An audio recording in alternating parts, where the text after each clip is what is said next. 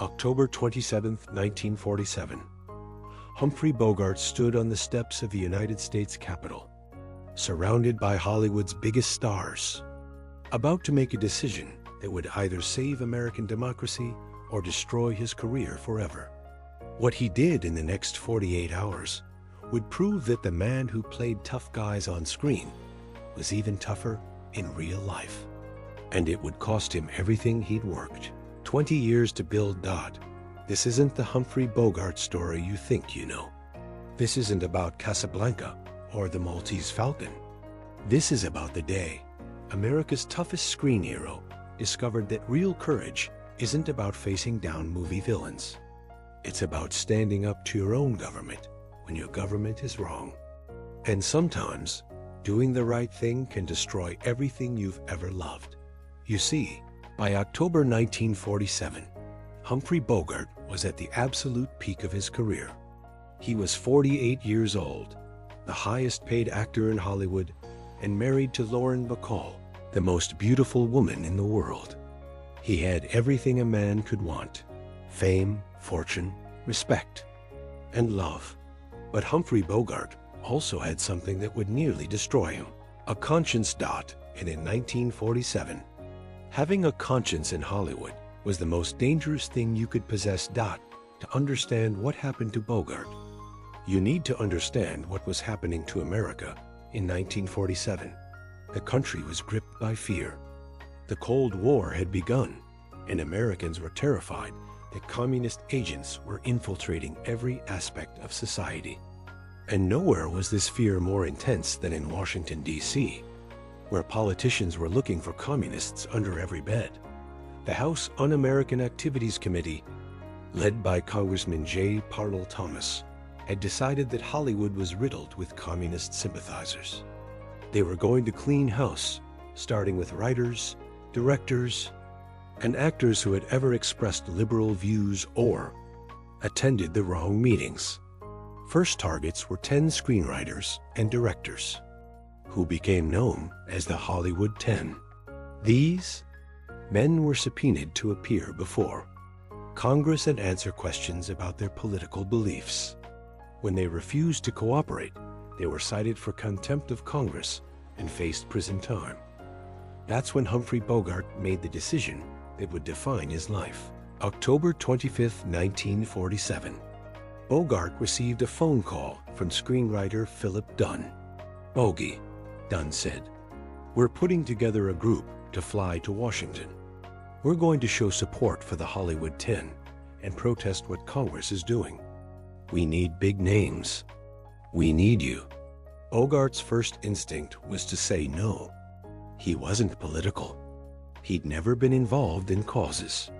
He just wanted to make movies and live his life. But then Dunn said something that changed everything.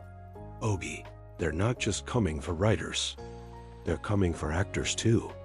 Today, it's the Hollywood 10.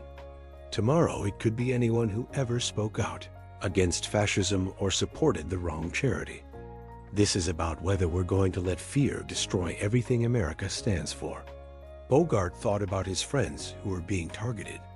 Good people, talented people, Americans who had committed no crime except thinking the wrong thoughts or attending the wrong meetings. And that's when Bogart made the most courageous decision of his life. "Count me in," he told Dunn. "When do we leave?" On October 27, 1947, a chartered plane left Los Angeles carrying 24 of Hollywood's biggest stars. The passenger list read like a who's who of American entertainment: Humphrey Bogart, Lauren Bacall, Danny Kaye, Frank Sinatra, Gene Kelly, Judy Garland, and others. They called themselves the Committee for the First Amendment, and their mission was simple: to remind Congress that America was supposed to be a country where people couldn't be persecuted for their beliefs. But what they were really doing was putting their careers on the line for principle. And Bogart, as the biggest star on that plane, was risking the most. The moment that plane landed in Washington, everything changed. The press was waiting. Photographers snapped pictures of Bogart and Bacall stepping off the plane. looking like movie stars but acting like protesters. The headlines the next day would scream, "Hollywood stars defend Reds," and "Bogart leads communist sympathizers to Capitol." Bogart knew immediately that he'd made a terrible mistake. Not morally, he still believed in what they were doing. But strategically, he realized he'd walked into a trap. By standing with the Hollywood 10, he'd made himself a target. That night, in his hotel room, Bogart called his agent, Sam Jaffe. "Sam," he said, "I think I just ruined my career." Jaffe's response was blunt. "You didn't think, you acted. And now we have to deal with the consequences. The studio is furious. They're saying you've embarrassed Warner Brothers. They're talking about suspending you." But the worst was yet to come. The next day, Bogart and the other stars attended the HUAC hearings. They watched as the Hollywood 10 were questioned, humiliated, and eventually cited for contempt. They watched as grown men were destroyed for their beliefs. And they watched as Congress made it clear that anyone who supported the Hollywood 10 would be next out after the hearings. Bogart was approached by Congressman J. Parnell Thomas himself. Thomas was a small, vindictive man who wielded enormous power. "Mr. Bogart," Thomas said with a cold smile, "I hope you understand the position you've put yourself in. America is watching. Your fans are watching. And they don't like what they're seeing?" Bogart looked Thomas in the eye and said something that would haunt him for years.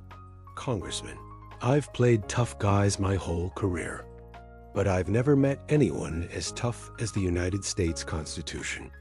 And last I checked, that document says Americans can believe whatever they want to believe." Thomas's smile never wavered. "We'll see about that, Mr. Bogart. We'll see about that."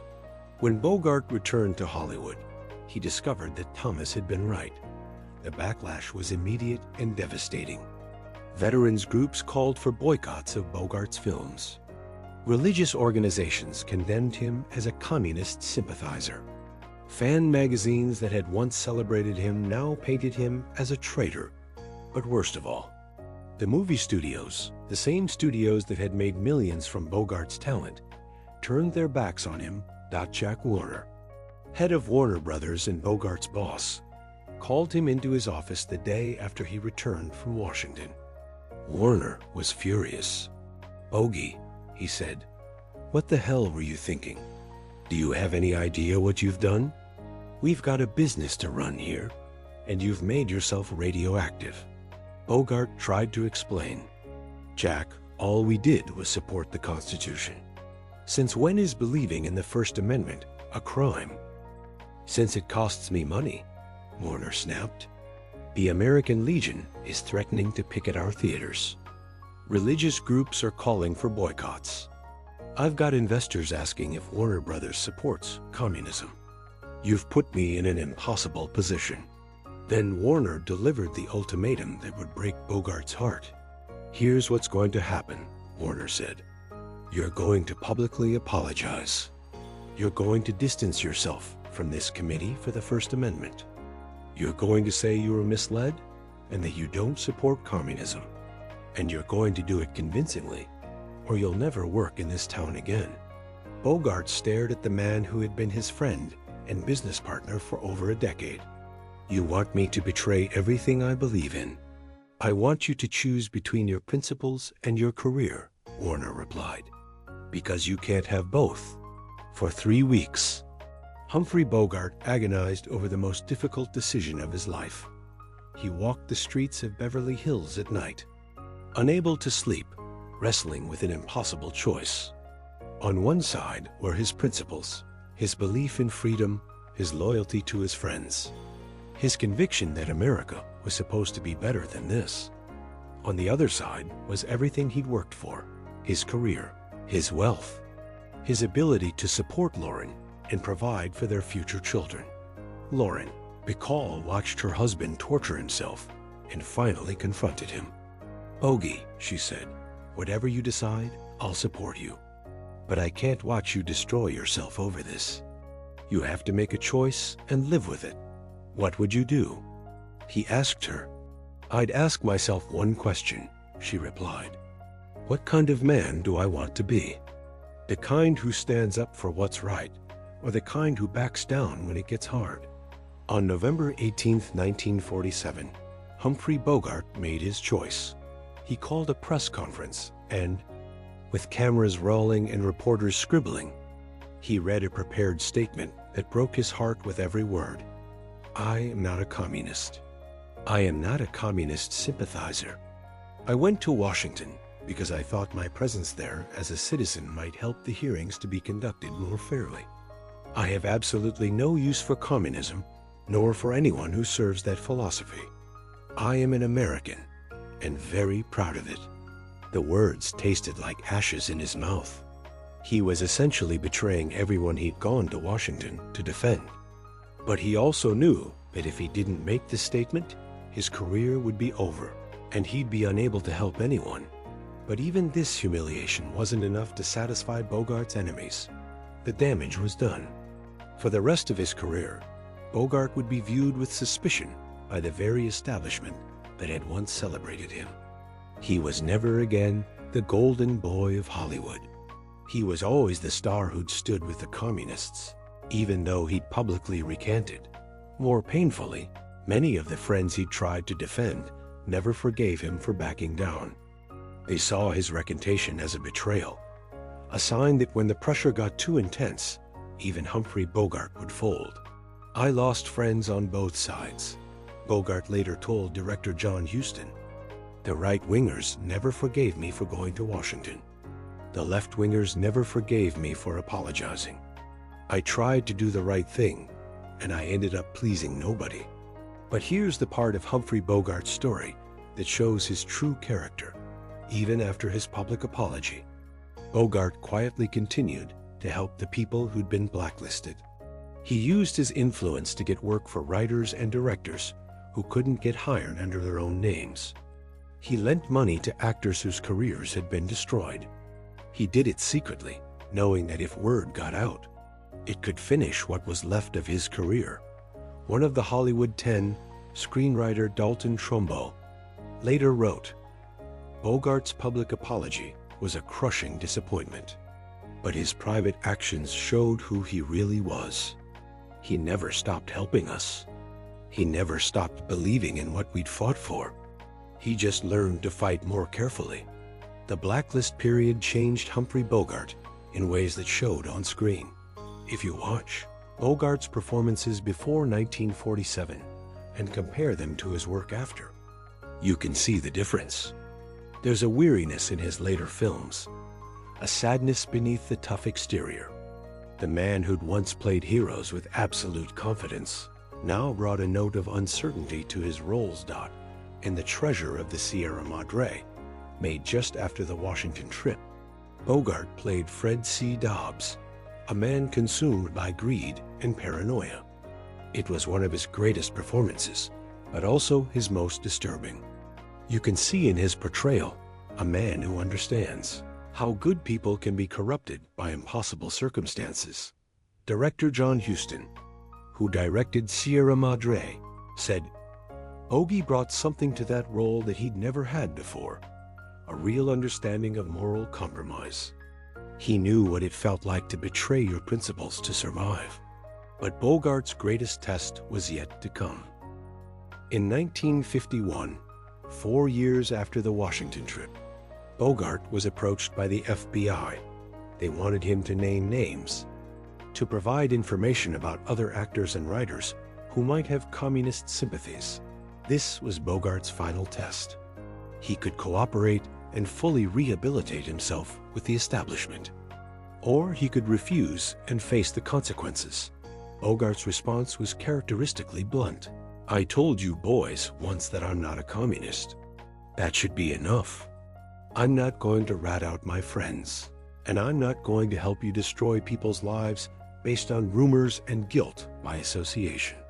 The FBI agent pressed him, "Mr. Bogart, your cooperation would be very helpful to your country."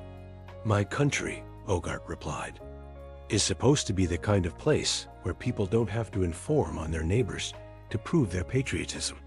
Amazingly, Bogart's refusal to cooperate didn't destroy him. By 1951, the worst excesses of the blacklist were becoming apparent to the American public. People were beginning to question whether the cure for communism was worse than the disease. Bogart's principled stand, coming after his earlier humiliation, actually helped restore some of his reputation. More importantly, it helped restore his own sense of himself. He'd found a way to resist without destroying his career completely. He'd learned to fight smarter, not just harder. Bogart's final years showed the man he'd become through this crucible.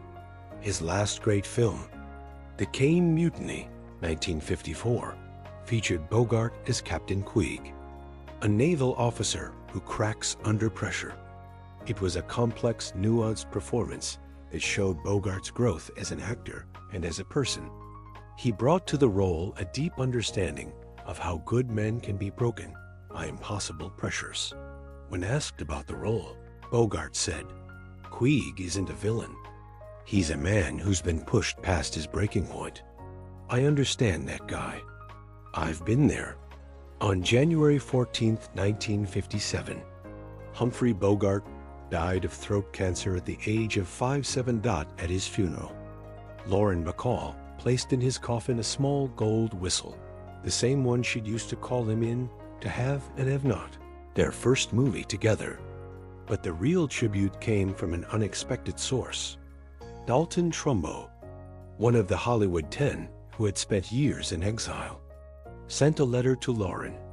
Bogart was a complicated man who faced an impossible situation. He made mistakes, but he also showed courage when it mattered most. History will remember him not just as a great actor, but as a man who tried to do the right thing in a time when doing the right thing could cost you everything. Today, when we watch Humphrey Bogart on screen, we're seeing more than just a movie star. We're seeing a man who learned that real toughness isn't about never backing down. It's about knowing when to fight and how to fight effectively. Bogart's experience with the blacklist taught him that sometimes you have to lose a battle to win a war.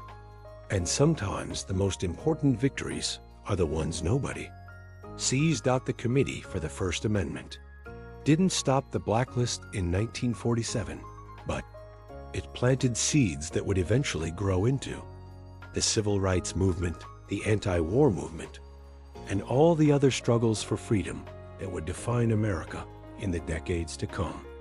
Bogart and the others who flew to Washington that day showed that ordinary citizens, even movie stars, could stand up to their government when their government was wrong.